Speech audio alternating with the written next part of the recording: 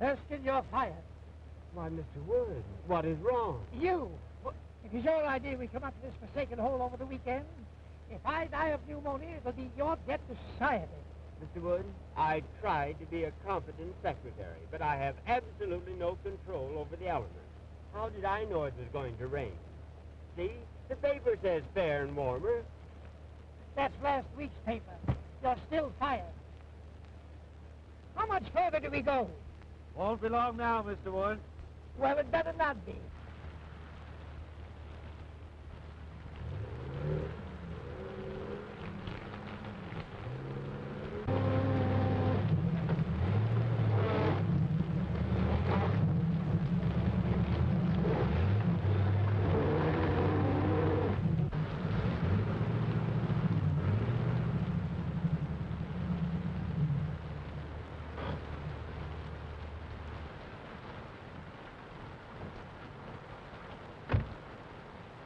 Something the matter? I guess we're stuck. You guess you're stuck. What are you trying to do? Kill me? Oh, no, it's not as serious as that. We just skidded into a fallen tree. Don't stand there. Don't stand there when the train seals suggest something. I'm sorry, sir, but I never did work well underwater. I know this part of the country intimately. There are several houses nearby. We can walk to one of them. Swim, you mean? I see a light down that way. You couldn't see a light if you looked at the forest fire.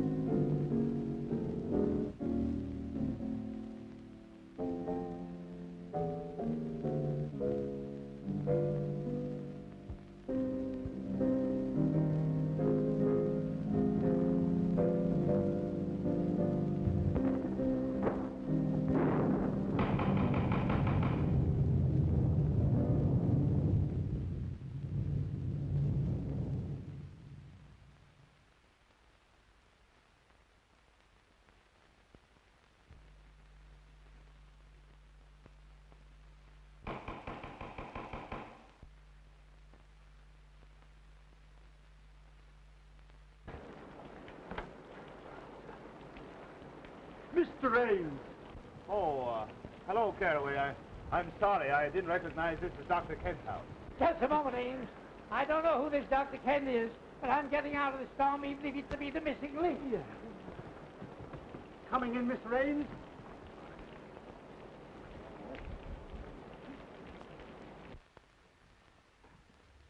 Ames! Well, this is a surprise. Good to see you. Yes, I suppose it is a surprise. We skidded off the road, hit a tree, and became mired in mud, and yours was the nearest house. Oh, pardon me, Dr. Kent. This is Herman Wood, the famous theatrical producer. You no doubt have heard of him, even if you haven't met him. Delighted, Mr. Wood. You're courageous to face the storms we have up here. Courageous. Insane, you mean? How do you do that? And this is Homer Erskine, his secretary. How are you, Erskine? Oh, wet. I agree with you for once. Hello, Gloria. Glad to see me. More than you know. A certain gentleman here doesn't take our engagement seriously. Harry. Hello, Ames. How do you do? Gloria. This is Mr. Wood, Mr. Erskine, Miss Shaw, and Mr. Terry Gray. Oh, Mr. Wood, I've heard so much about you. Yeah, I was afraid of that. How are you, young man? Still quite normal, thank you. Nice of you all to drop in like this. Your idea, wasn't it, Ames? After all, you were invited. That had nothing to do with it, and I assure you I wouldn't be here now if I could help it. We were just driving to my place where Mr. Wood was going to hear me read my latest play. Another play, Prescott? My, you are prolific. Well, play or no play, I ought to be in New York, in bed. Well, I'm afraid you'll have to remain my guest for the night. My chauffeur tells me the roads are completely out. Oh, forgive me for keeping you in these wet things. I'll have Caraway show you to some rooms immediately. Then you'll join us for a cocktail before dinner for your staying, of course. Well, I like the cocktail part of the program. Oh, Caraway, take Mr. Ames and his friends upstairs immediately. Owing to the storm, they're going to stay for the evening. Yes, sir. This way, please.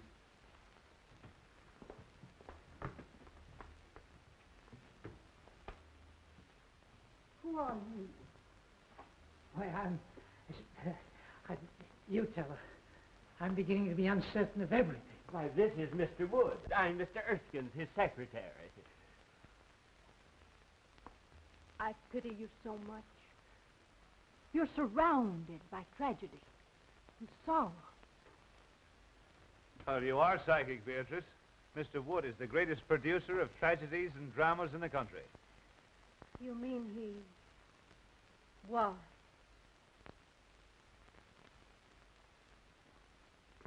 Hey, Ames, about this play of yours. Why, yes, it's in my bag. As long as we can't reach my place, why not let me read it to you here? Look here. I just remembered an important appointment tomorrow in the city. I must return tonight.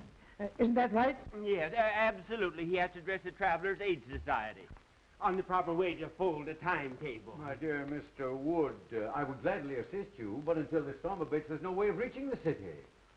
Well, we may as well accept the situation, Mr. Wood. We'll have a good dinner and then retire to Dr. Kent's study for a nice quiet reading. Perhaps it'll make you appreciate my play all the more. They say a full stomach breeds tolerance. Well, something tells me I shall need it.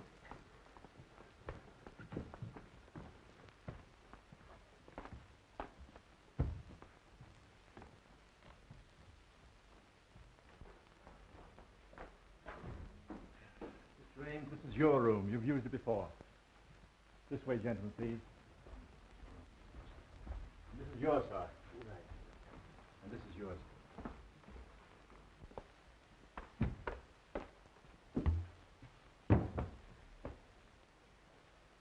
Just a moment. Have that coat dried out. Yes, sir. Right away, sir. Anything else, sir? Yes, close the door when you go out. Yes, sir.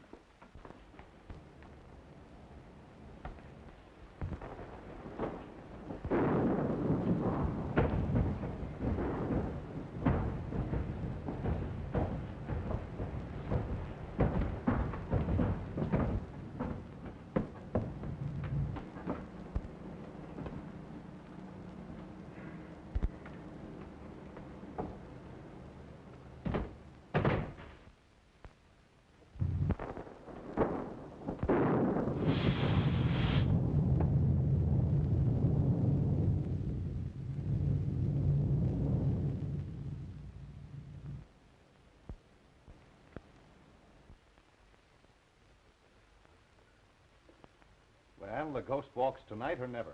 You don't sound very hopeful. To the contrary. Not only hopeful, but brave.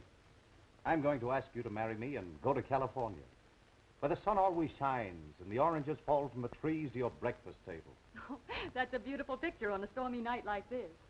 But with or without the oranges and sunshine, you know I won't marry you, Terry, because I love someone else. Terry! Pardon me?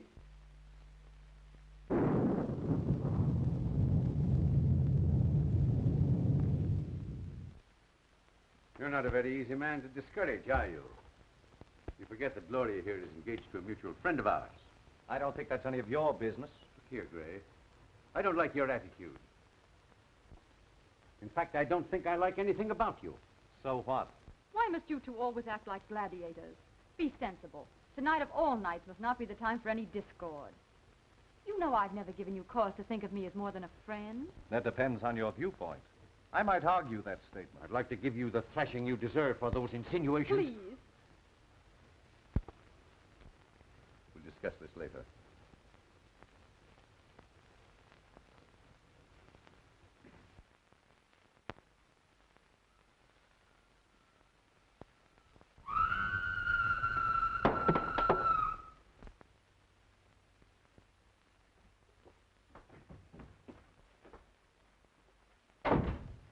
Erskine!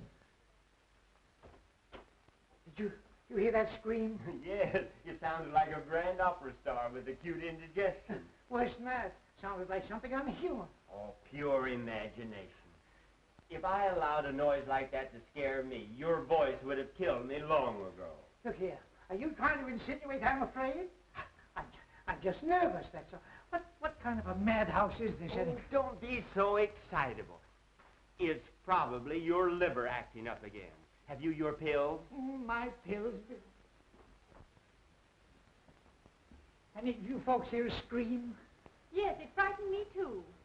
Yes, I can't understand where it came from. Tell them where it came from, Ames. You've heard it before. Why scare your friends unnecessarily? Perhaps you're right. Any scream you may have heard probably came from Beatrice's room. She's Dr. Kent's patient and Mr. Gray's sister. You met at the foot of the stairs. She's just a little irrational at times. Well, as far as I know, it's nothing to worry about, simply emotional outbursts. Don't you just love a night like this? This old house seems to belong in the rain and thunder. I read a book once about an old, old house, and oh, I don't know how many murders happened on just such a night as this.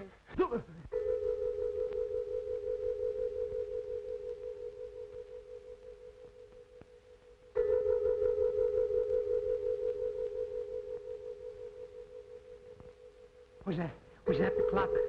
Yes, I guess so. I think so. It must have been. But it's a union clock. What do you mean? Well, it strikes any old time.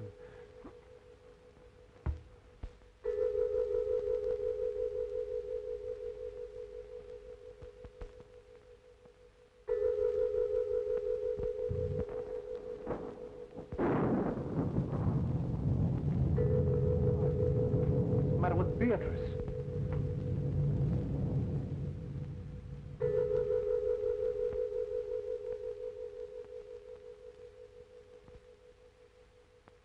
Yes, John. I am waiting for you. I am waiting.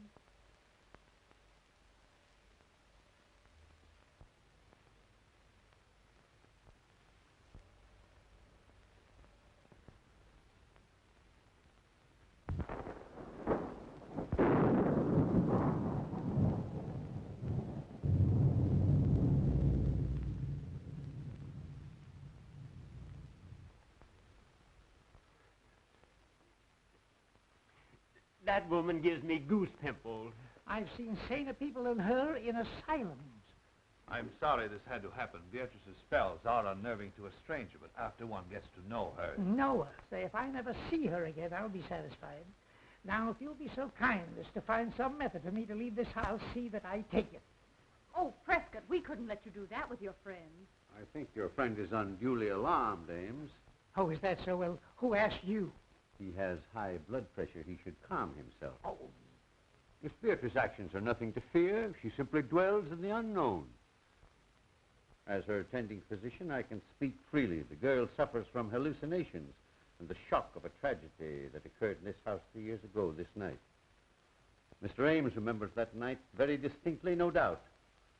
That's why he shuns my house. Dr. Kent, I see no reason for making my sister's grief public talk. I'll bet the doctor's going to tell us about some terrible operation. That ought to be cheerful. The unsolved murder of your sister's husband must be public talk in this house. Murder? I have taken notes on her actions since that night, and each year, at this hour, the flutter of that sound is heard, and she has acted as though the spirit of John, her dead husband, had returned to her. That's all there is to it. Erskine, we're leaving. Dinner is served, sir. No, we're not. Ghosts or no ghosts, we're eating. We're leaving. You're disobeying my orders. No, I'm not. You fired me an hour ago.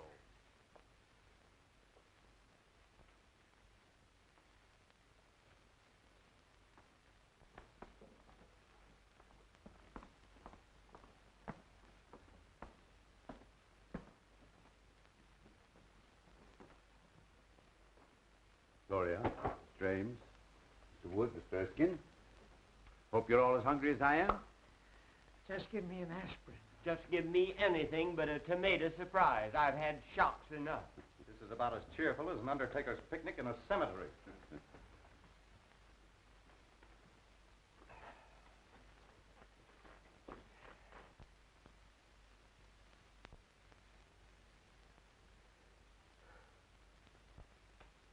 You're right on time, John. I was so afraid you might disappoint me. Mr. Wood, I think you're right. We better leave, now that John's here. Yes, Erskine, I'm not a cowardly man by nature, but my nerves won't stand this any longer. That woman is dangerous. My friends, please. I regret these unusual disturbances, but I've experienced these same phenomena in my patient's presence before. There's nothing to fear from the dead. I believe in spirits, but only spirits. Hear me? Beatrice, please, your brother wishes you to restrain yourself. My dear brother seems frightened.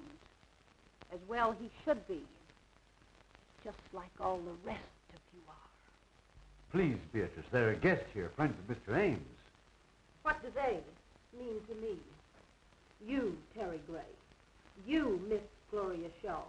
And you, my delightful friends, know what that blood stain is. You were at this table the night poor John fell forward and stained the cloth with his own blood. The night he was murdered. By one of you. Why, that's a lie. Open that door. Claire, I'll call the police. Oh, this is outrageous. Open that door. Unloosen that portal. I'm sorry, Miss Beatrice's orders are that no one leave. Jarvis is only partly correct. I gave that order. What's the idea? The idea, my friend, is to protect my patient's health. Any interruption might cause the loss of her sanity. You want the responsibility for that on your shoulders? I think you're as crazy as she is. Don't aggravate him. They're all dangerous. Everyone will please sit down.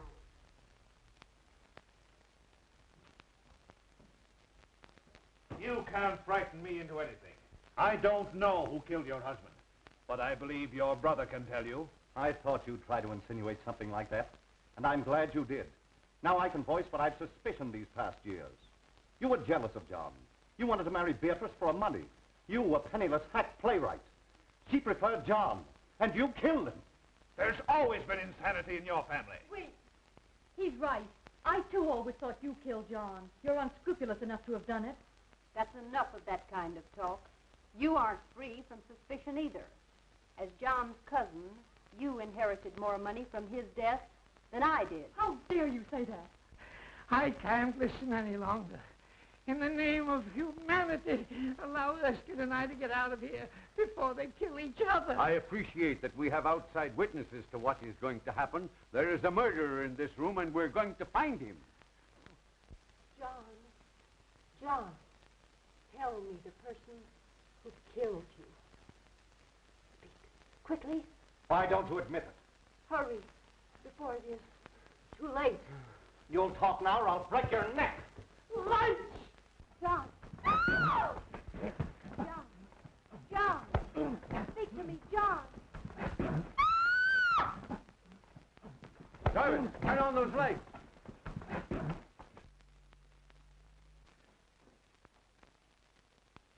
Why, where's Beatrice? Why, I don't know. Dr. Kent, I demand I be allowed to leave this room. And I'm with you. Remember my years of devotion to you. Divided we arrive, but united we leave. Of course I'd give anything in the world if this hadn't happened. Jarvis, open that door. Oh, Mr. Wood, I'll see you later. You'll not see me later. Not for a month, not for 10 years. I'm getting out of here.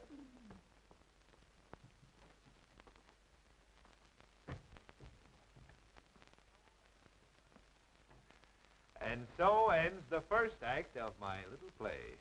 Oh, darling, it was wonderful. Well, we certainly scared those two. Nelson Wood's famous for his temper. Isn't it remarkable how they reacted almost exactly as you had written them into your play? Oh, I'm tired, and we've 2 more acts to go. Well, you're as clever a group of actors as I've ever seen. And I've got Gloria to thank for finding you. Didn't I tell you they were troopers? You don't think we frightened them too much, do you? What's the difference? It's a blooming order play, ain't it? Oh, Jarvis, go get Beatrice. Good old Beatrice. She certainly played her part well. Yay, but I was afraid she wouldn't scram before the lights turned up.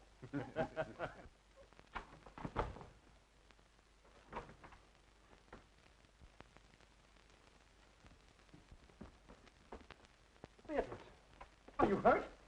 Beatrice, what's the matter? Speak. She's dead. This isn't my room. No. And whoever it does belong to has a gun. A gun? No, let's don't annoy. Oh, shut up. This may come in handy. A manuscript. The Ghost Walks by Prescott Ames.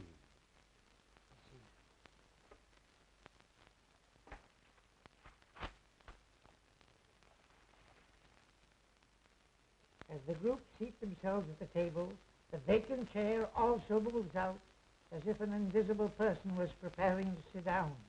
All eyes are on the chair. As the vacant chair slides back to the table, Beatrice addresses its invisible occupant. Beatrice speaks. You are right on time, John. Erskine, we've been witnessing a dress rehearsal of Ames's horror play. You mean all those scares were part of the play? Certainly. Wait. Here, let's try it again. Here, listen to this.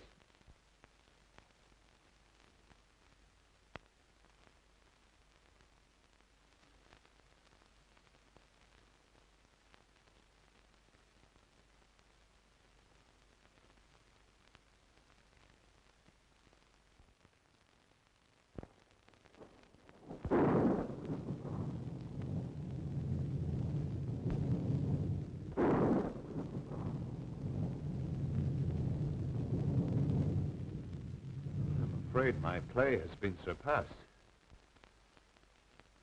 We have a real menace in this house.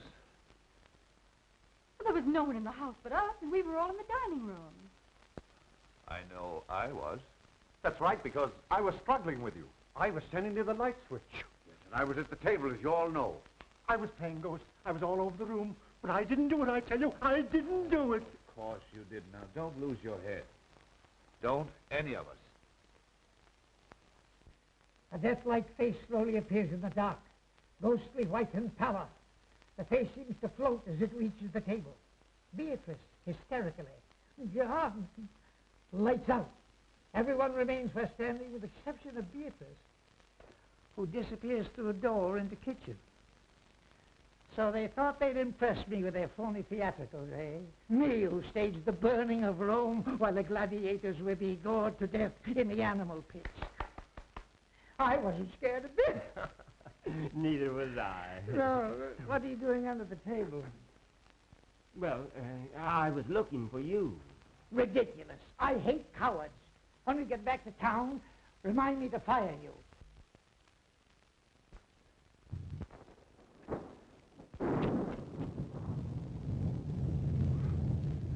Let the play continue.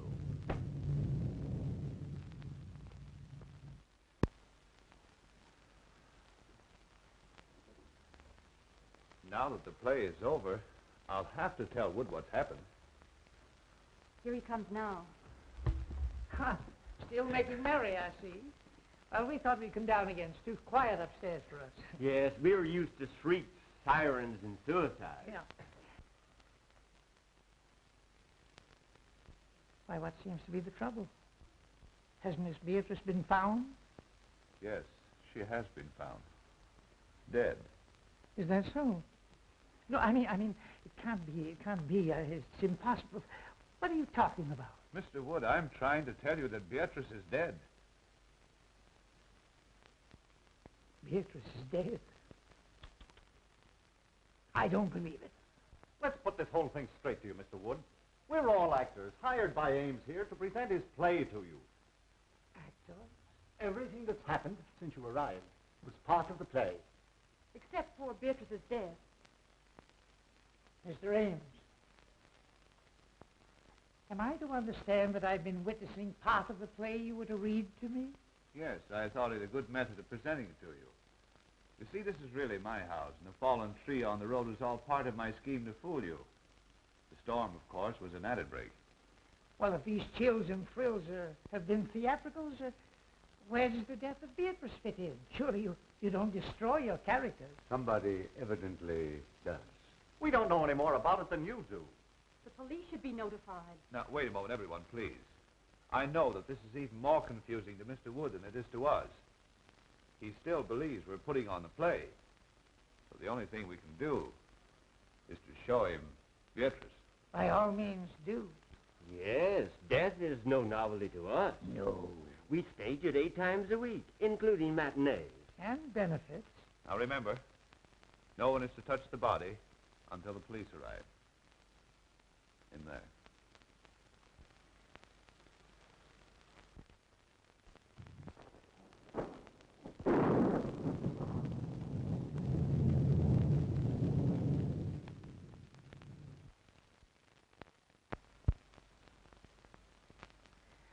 Well, where is she? I don't know. What could have happened? Well, you ought to know. You're the author. Impossible. I never heard of Hurry, such the a thing. place must be closed. We ought to get out of here. Where can she be? Perhaps he just stepped out during intermission. Gentlemen, this is too serious for joking. She was on that divan 10 minutes ago, dead. You've got to believe it's for your own safety. Oh, and you think we're all in danger? We most certainly are. We've got to search this house and find Beatrice and a person who... I wonder who that could be. Well, we'll never find out until we answer. I will. We all will.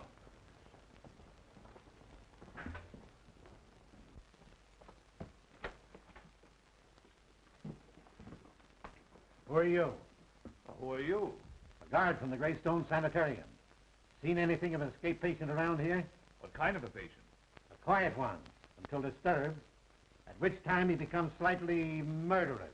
Well, so help me if this ain't a night. Oh, what's going to happen to us next? Who are these people? I didn't know anyone was living here until I saw the lights. What makes you think he came here? Empty houses make good hideouts. I never saw or heard of anyone living here in the past few years. Well, I've been living here about a month. I think you've come to the right house at that. Yes? Has anything happened? Uh-huh. A murder and a disappearance. What are you winking about?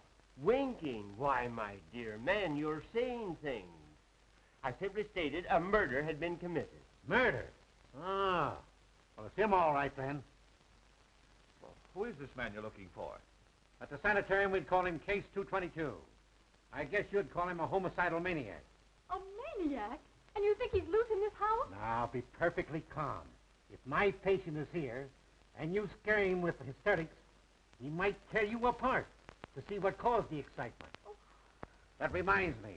Has anyone called appearance? No. Well, that's the usual procedure, isn't it? Oh, we forgot to, I suppose. But there's a telephone right here in the study. Telephone?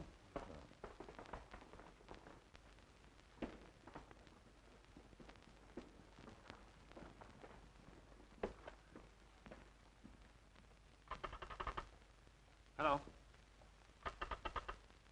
Hello?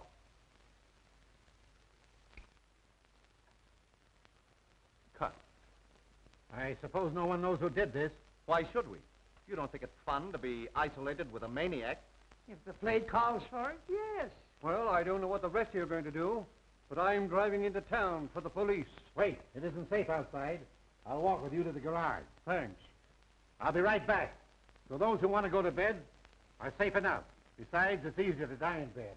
Come on, Ken, let's turn in. It's as safe up there as here if we lock our bedroom doors.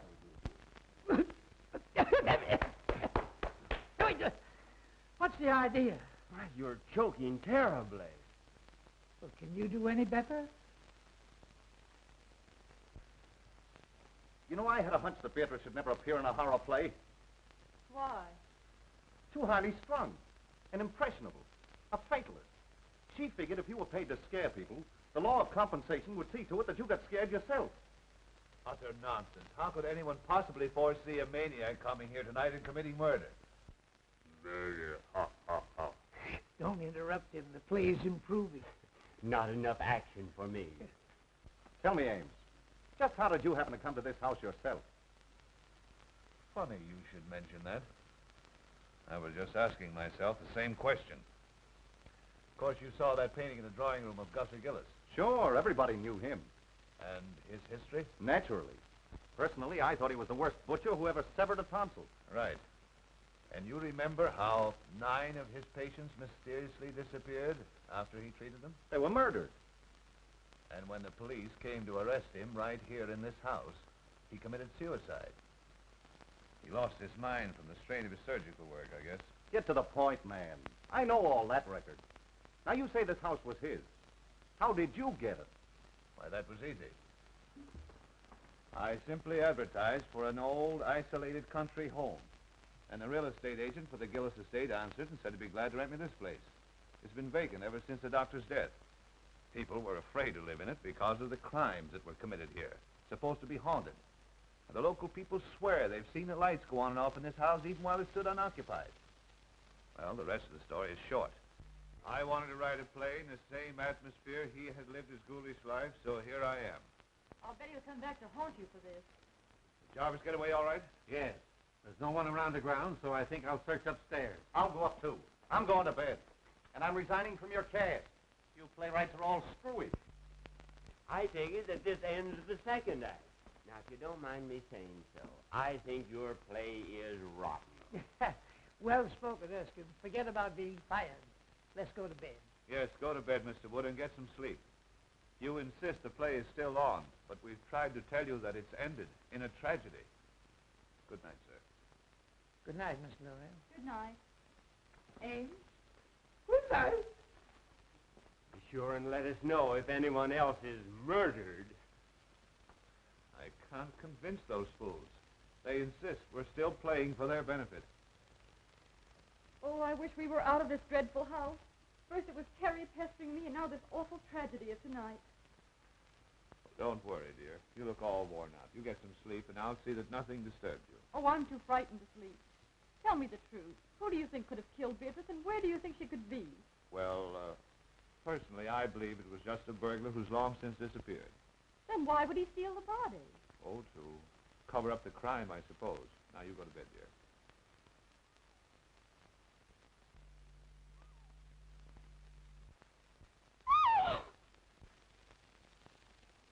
Why, Gloria, what is it? Oh, you poor kid, your nerves have completely gone.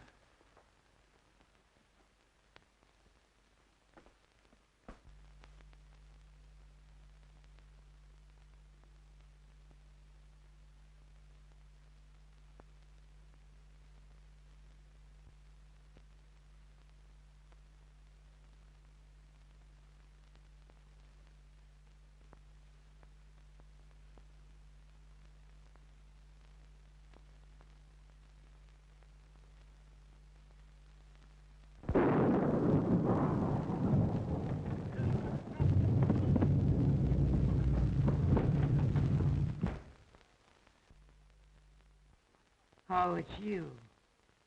I ought to pull the trigger at that. Well, come on, snap out of it. What is it? Mr. Wood, maybe we're wrong. Maybe this isn't the play we're witnessing after all. Oh, rubbish. You saw the manuscript, didn't you? Yes, but I didn't see anything in it about the top of my bed coming down and smothering me, just like a steak under onions. Oh, nonsense. You've had too many cocktails. Besides, I wouldn't be lucky enough to celebrate your demise by violence. That's a fine way for you to talk to me. Me, who's been everything to you but a mother. Now, Mr. Wood, listen to reason. I may be all wrong. I'm a nervous man by nature. But if this play is still going on, it's the closest thing to reality I ever saw behind the footlights. Oh, you're a sissy. I tell you, this fellow Ames is clever. He has reality in this play, and that's what the public wants. Now, let me alone. And if you want to stay in the theatrical business, stop letting it scare you. Oh, I was kidding all the time. That bed racket was only a dream I had. And you were in it, too. I was not. I was reading. Yes, I saw that. You were reading a book on psychics. You were worried about the future yourself. Say, go home and go to bed, will you, please? And if you want to think of the future, remember I'm firing you. Mr. Wood, I have a premonition that we must stick together tonight. You need protection. You mean you do? You're trying to muscle into my bed because you're frightened. Go home. Oh, my dear employer, play or no play, I have no relish for my own couch. Move over. Say, this is all Tommy rot. You've got the mind of an oyster and the nerve of an acrobat. As my secretary, I do allow you to share my office, but that does not include my bed. Say, you were born in October, weren't you? Yes, during the National Apple Week. Why? It says here, your type is the instincts of a bloodhound, the heritage of the homing pigeon, the attributes of the ferret, and the heart of a lion. Yet you snuggle beneath my quilts, you cream puff, because a make-believe play is scaring you. You're fired once and for all. Will you please close my mouth if I'm snoring? I have adenoids. Adenoids, too? My Lord.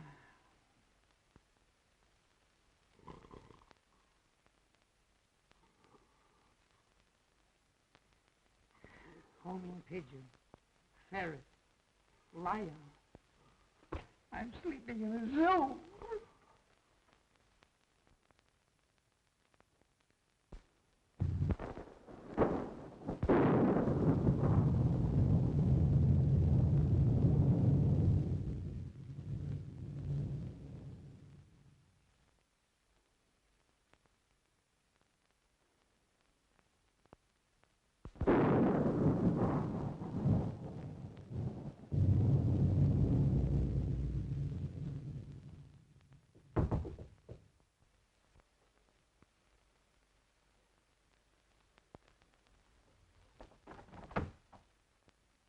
I was worried about you.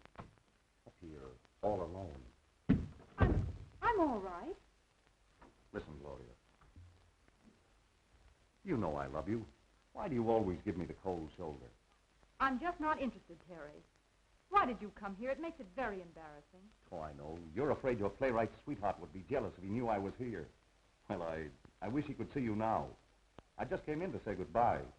I'm walking out on this play, but I've got a curtain speech to make. And this is it. Stop, Terry!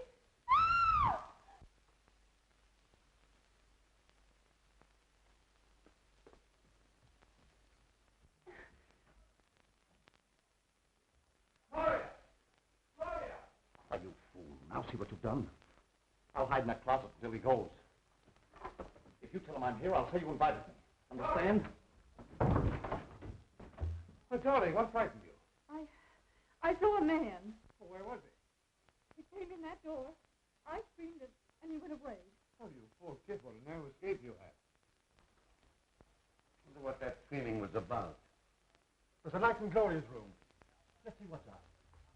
You take it easy. I'll find a guard and we'll search the house again.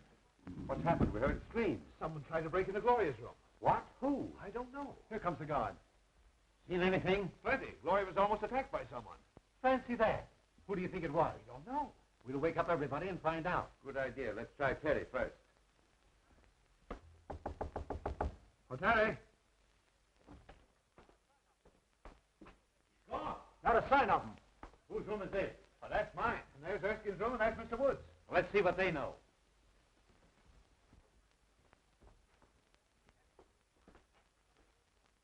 Empty.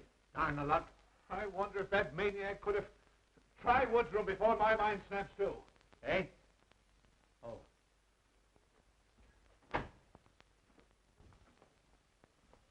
Hey, you two. Get out of here. My office hours are from 10 to 4. Seen anything strange in here? Yes, here's an exhibit that ought to be in a museum. What are you doing in here? I was sleepy. Is the play on again? No. We're just having a roll call. Well, consider us absent. Terry, Terry, come out.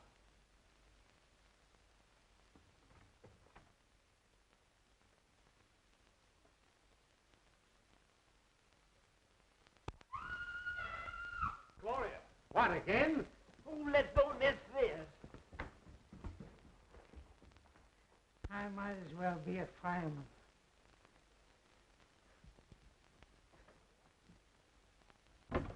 Gloria, what is it, dear? It's Terry. He was standing right in that closet. He's disappeared. Well, what was Terry doing in your closet? He was hiding. From whom? Why, Oh, pardon me. Oh, no, please let me explain. It isn't necessary. I think I understand.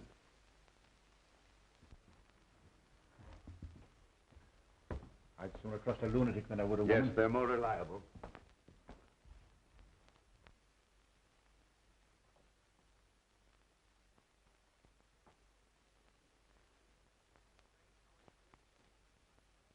Strange how anyone could disappear from behind a nightgown.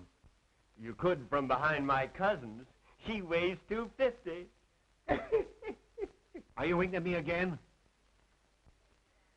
Say, let's go down and get a drink. This isn't a horror play, it's a bedroom farce.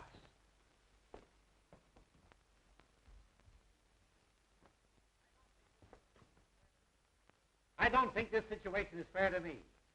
You people are of very little help. That patient of mine is evaporating. He thinks all I've got to do is to look for him. Besides, I promised to be a fourth of bridge tonight with some friends of mine. Speaking of wasting time, Jarvis should have been back from town with the police long ago. Oh, Caraway. Will you and Kent go back upstairs, please? Just to be near Gloria. I couldn't stand seeing her myself just now, but I don't want to expose her to unnecessary danger. I understand. We'll be glad to help. I'd just as soon go up again anyway. I'm dead. Please don't use that word. I don't like that fella Caraway. Oh, forget it. He's just a seedy butler. Well, I feel duty-bound to see this night through. I live here and all that, but I'm beginning to reach a breaking point.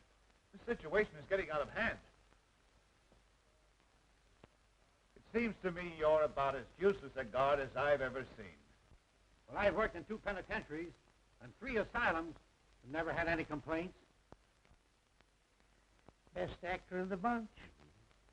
Well, boys, I'm going to retire from now for the second time tonight. Abe, go on with your rehearsal, but don't disturb me for the finale. And again I say, good night. Please continue. I never walk out on anything that doesn't cost me something. What does he mean?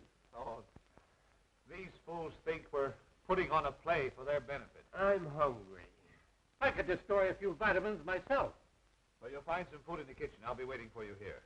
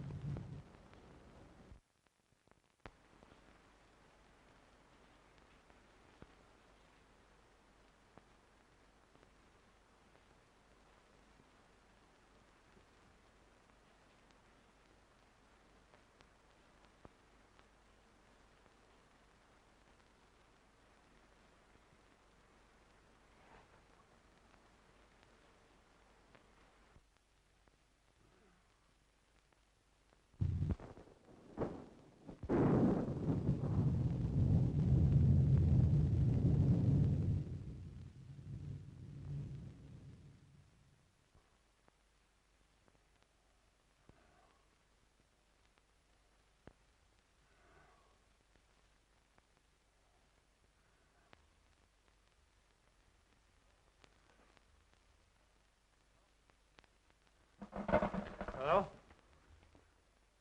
What are you doing down here? Why, I just came down to get some cigarettes. Well, you shouldn't have left Gloria upstairs alone. Well, I'm not her guardian. If you're so anxious about her, why don't you go upstairs and play watchman yourself? That's just what we're both going to do. Well, the scene shifts. So do I.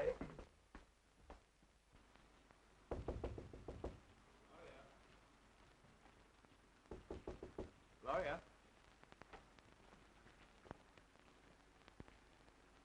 Gloria!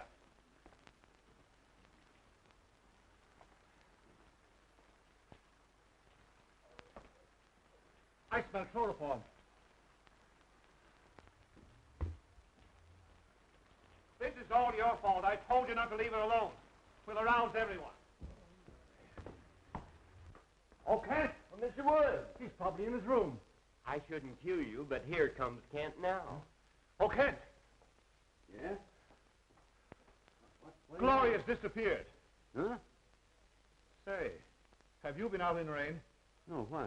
Well, whoever stole Gloria took her out of the window into the rain. Funny that you should be out of your room and then appear all wet. I don't like your insinuations, Mr. Ames. If you must know, I couldn't sleep. I was going to take a bath in the tub and turned on the shower by mistake. That's what I would call a watertight alibi. Maybe Mr. Wood knows something.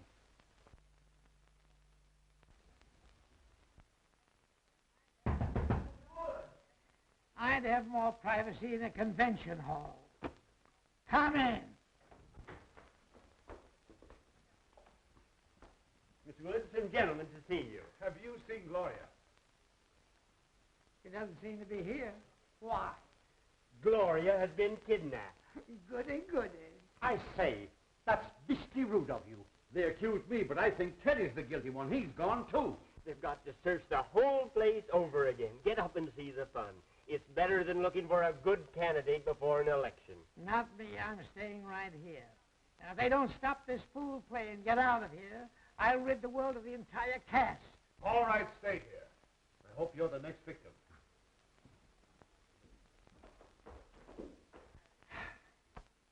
Mr. Wood, could I have a word with you? If you try to get in this bed again, I'll shoot you, so help me. I only wanted to say that you're right, as usual. The play is still going on. Of course I'm right. I know the theater like Barnum knew his elephants. And I'm not cross with you, Wilkins. In fact, I'm going to raise your salary. Thanks. People don't disappear every 5 minutes in real life. Unfortunately, some don't. I'd like to get some sleep. But the play... Earn some of the money that I pay you by watching it for me. Why, I thought you fired me. Not till we get back to town. Now, shut up and get up. Guard! Guard!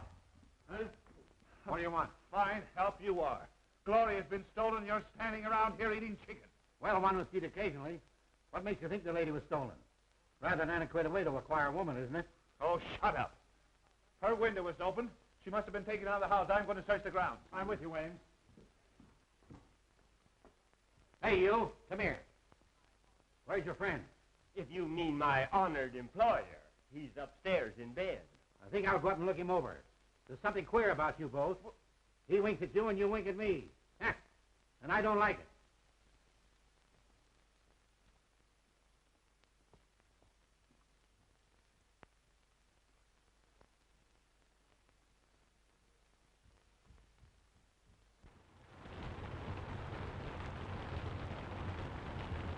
We'll make a careful search of the ground.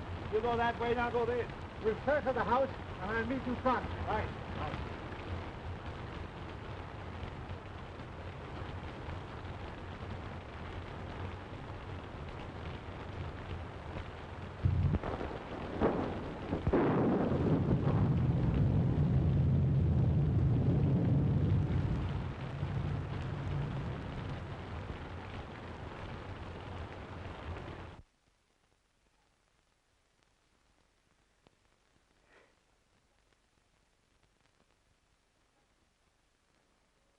Who's there?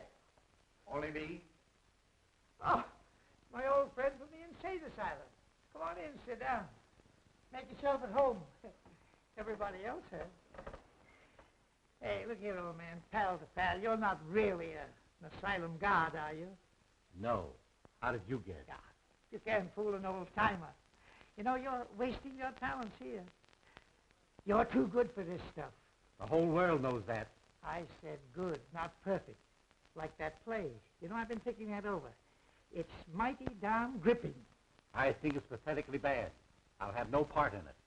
Are you under contract to Ames? Me? I should say not. But I'm ready for a presentation now that will astound the world. I believe you are. I'll bet you'd be a sensation and a good part. And I'm going to give it to you.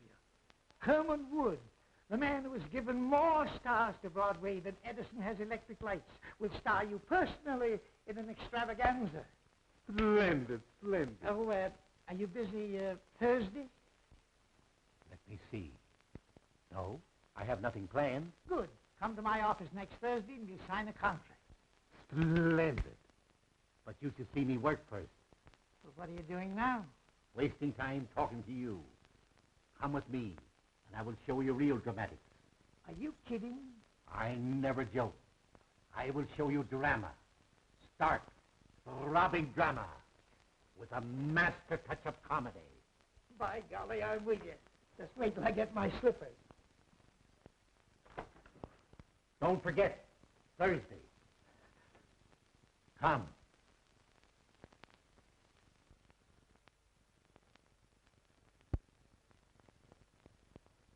I'd feel a lot safer if I had my gun. Where is it? Home. That's okay with me. Let's go over to your house and hang around. It'll soon be daylight. Thank heaven. Ames. Anything new? We made a complete search of the grounds and found nothing.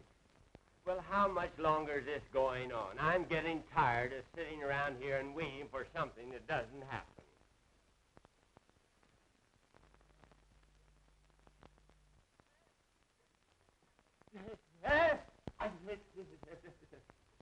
The picture. It's alive. It winked.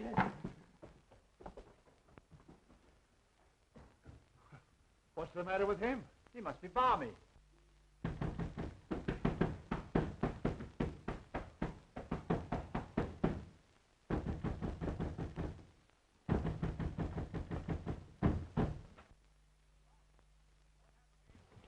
Charles, what happened to you? Remember when I left the house to get the car and the cops?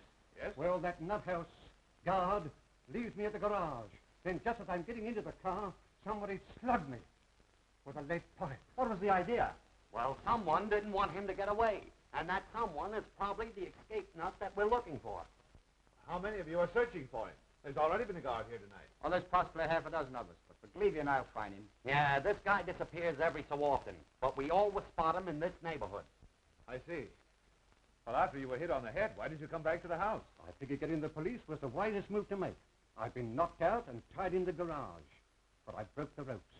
Then I tried to start the car, but I found out someone had gummed up the motor. Well, I began to hoof it into the village when these guards from the sanitarium picked me up, and here we are. Has anything happened since I left? Yes, Gloria's been kidnapped and Terry's disappeared. And now that Erskine person's gone violent. Oh, yeah? Well, I'll handle that. Help! Help! What's the matter? Mr. Wood is gone. What? I said he's gone, and so is the guard. It's that picture that's doing it.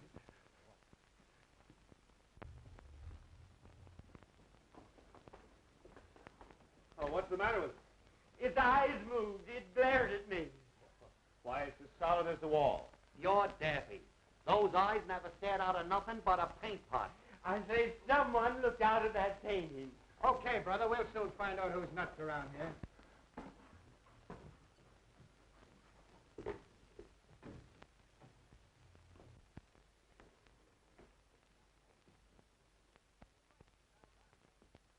Say, he's right. These eyes are phony. What'd I tell you? Now who's that? Hey, there's a passageway back to this. A passage?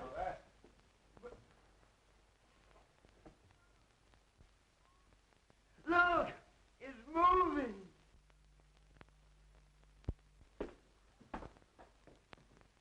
That's how Beatrice disappeared from this room. Well, I'm going to find out where it leads to. I'll go with you. Be careful. It looks dangerous.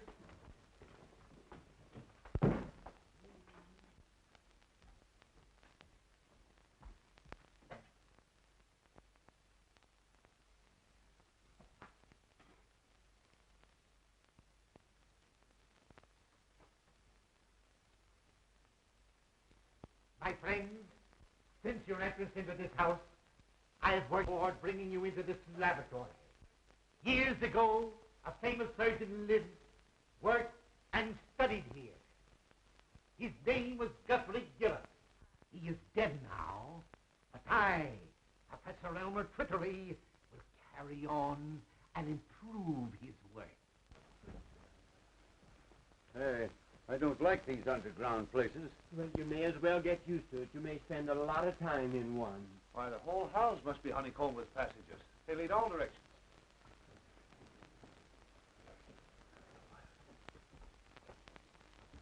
I am the greatest genius you have ever seen.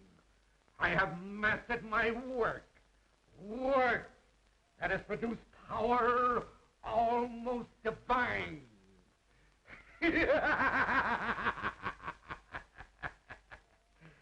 I have become more than the greatest plastic surgeon in the world.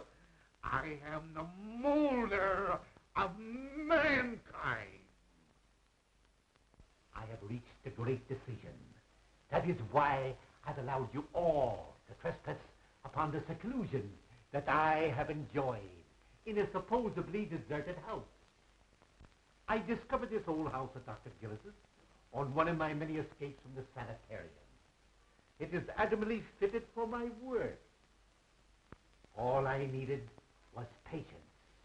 And now I have you, healthy people, who can't stand the rigor of certain small operations.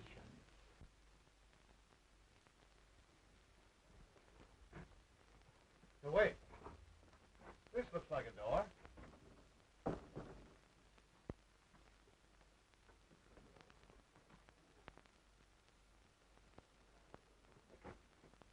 See where that leads to. This patient you're looking for, is he violent? Sometimes. He almost killed a guard tonight when he stole his uniform. Oh, and he winked at me. Leads into an open room with a swinging bookcase. Then Gloria did see something in that study. We've got to find her before anything happens to her.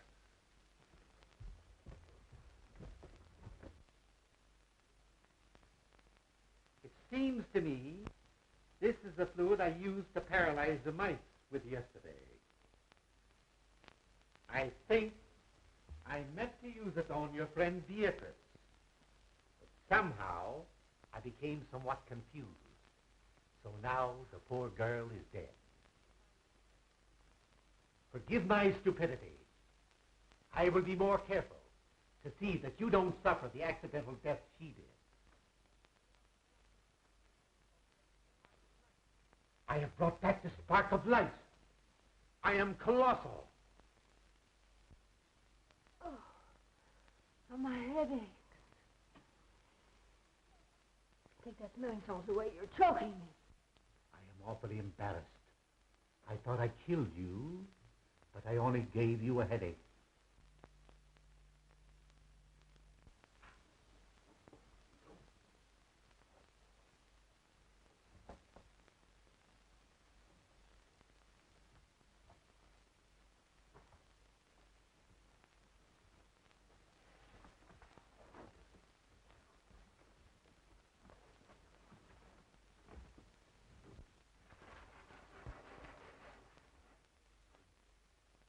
I ask your indulgence in looking at this chart. You will notice the various noses, eyes, and chins. You all have an ideal, a face you envy. You can have your choice of alteration. You understand, my operations run in series. You may look as you wish now. Ultimately, I will slowly change you to fit my model. Young lady, you shall have the honor of being the first on my table. I shall require very little from any of you. Just enough to begin my work. A feature from you, a bone from him, and a cartilage from that one. It's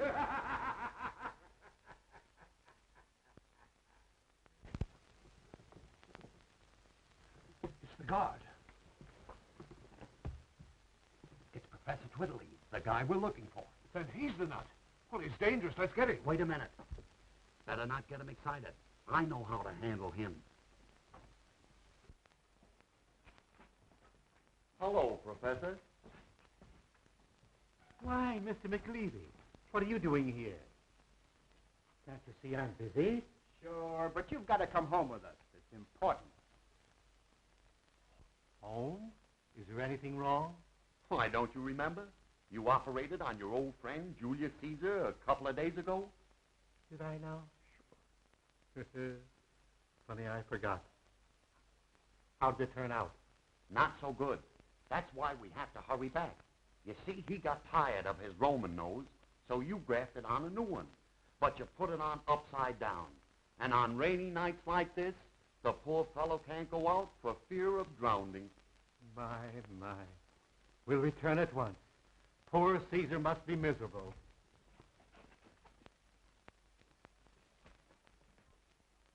Oh, Prescott, take me out of here. I never want to see another horror play. Well, don't worry. I'll never write another one. Yes, you will. What? Absolutely, but you've got to rewrite it. Just like this night and the experiences we've gone through. Even to the murder of Beatrice? Yes, I'm afraid Beatrice will have to die all over again. Well, the ghost walks after all.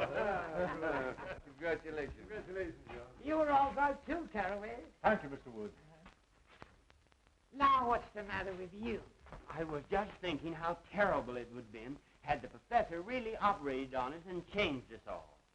You might have gotten my adenoids, and I would have gotten your false teeth. Erskine, turn your face to the setting sun. Oh! What's the idea? Don't forget, you're fired. Oh, Mr. Wood. Come,